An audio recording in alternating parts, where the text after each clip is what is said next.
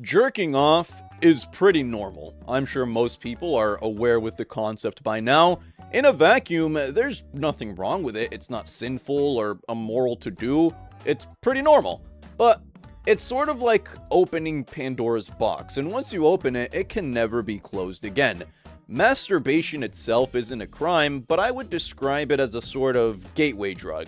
Because if jerking off is the equivalent to weed, then watching porn is like injecting heroin straight into your eyeballs. The effects of a long-term porn addiction will most definitely fuck up your brain, and like I alluded to earlier, masturbation itself isn't the problem, but when it leads to you seeking stimuli in other things, one thing leads to another, and now you have a porn addiction. I guess the best analogy that I could attribute to this is cancer. I would describe having a porn addiction like a cancer. Sure, it's no stage 3 lung cancer that's gonna make you go bald and start wearing fedoras, but it slowly chips away at you. It eats you from the inside out, and you don't realize how badly it's affected you until it's too late, until it's already affected every facet of your everyday life.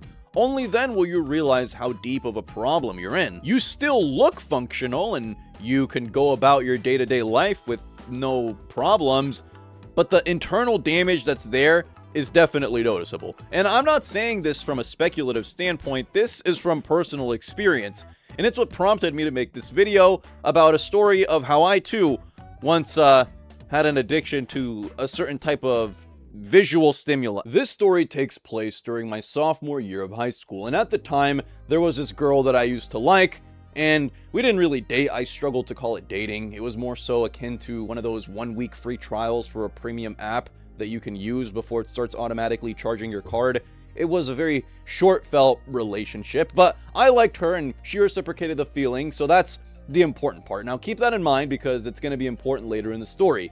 One day I'm in study lab and I'm with a bunch of my friends. We're all just sitting at the table, and one of the ladies from the front office asked me to go help her with something, and I obliged. I go over there, I finish helping her with whatever the thing was that she needed, and I come back to my table. And I notice that all of my friends are laughing their absolute hardest. I mean, they are extremely red from laughter. They're laughing so hard that they can't even get a single word out because every time they try to speak, it's just overpowered by another burst of laughing. And I'm looking around the table and I'm like, oh, guys, what's so funny? I want to laugh too. And then I realized I made a cardinal sin. I made a big mistake, and that was leaving my phone unlocked at the table with all of my friends. It didn't take long for them to start using it and trying to snoop around what I was doing on my phone, and eventually they came over to Reddit. And, Reddit, you really only use it for two things. You can either have an alternative to Google, because it does have some pretty useful answers on there, or it's porn. I feel like it's really no in between. It's one or the other, and I'm going to let you guess what my 15-year-old self was using Reddit for. They opened that app on my phone, and it's like they opened the floodgates of pornography. It was just everywhere. And they grabbed my phone, took a picture of it, of like my Reddit account with my phone, and they were just laughing so hard. And it was a little embarrassing at first, but it was a joke between friends. I didn't care that much. They'd make fun of me, I would make fun of them, and I thought that was the end of it. But then there's this guy who we're gonna call Danny. Now, Danny is the type of guy to throw you into shark-infested waters with a bomb strapped to your chest if it means that he can get a couple laughs out of the girl that he is in a conversation with.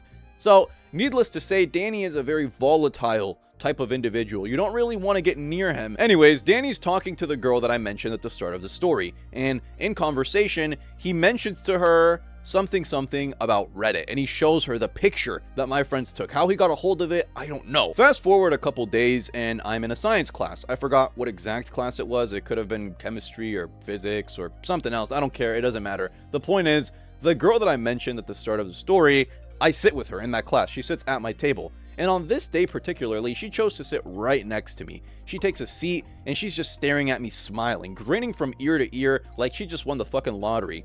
And I don't pay it much mind at first. I don't really care until eventually she taps on my shoulder and she whispers the title of one of the porn posts, like one of the porn Reddit posts that was on my phone from that image. And in that moment, I was absolutely mortified. I mean, I think I haven't felt shame that strong in a very long time in my life. I mean, it's definitely not the strongest amount of guilt that I felt, but it was up there.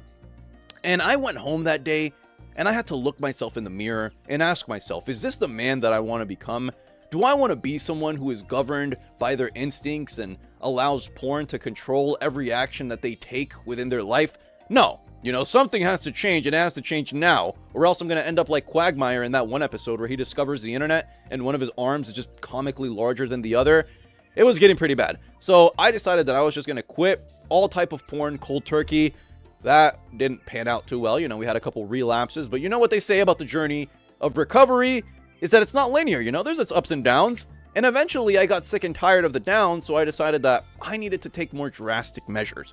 So I started looking up torture methods that different countries would use on their prisoners of war or people that they were trying to interrogate, until eventually I came across this torturing technique that the Chinese did, where they would just sleep deprive the victim. They wouldn't let him sleep. Every time that he tried to doze off, they would smack him and force him to stay awake until eventually they got whatever information they needed out of the guy. So that's exactly what I did to myself. Every time that I jerked off to porn, I wouldn't let myself sleep for 24 hours. And if I did it more than once in the span of 24 hours, it would stack. So it'd be 48 hours or 72 hours. And this went on for about a month, where I would just be not letting myself sleep. I would sleep again, and then I would not let myself sleep again, and it would be over and over and over again.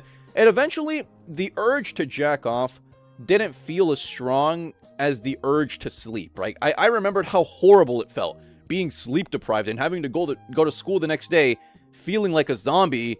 That was 10 times worse than any sort of urge to jack off that I could have had. So slowly but surely, I quit. And it worked for me. I'm not saying that you should do that. I don't really condone that. I'm sure it was pretty harmful to me. But that's what I did. You know, I'm not proud of it, but we got it done. The moral of the story is, this is a tale of self-control. And porn didn't exactly morph me into some sort of hideous monster overnight, but it changed me into someone that I didn't want to grow into. And my best advice to anyone that hears this story and resonates it is to really self-reflect and ask yourself if you have an issue. Because, you know, if you have to ask yourself that question, there's a good chance that you might.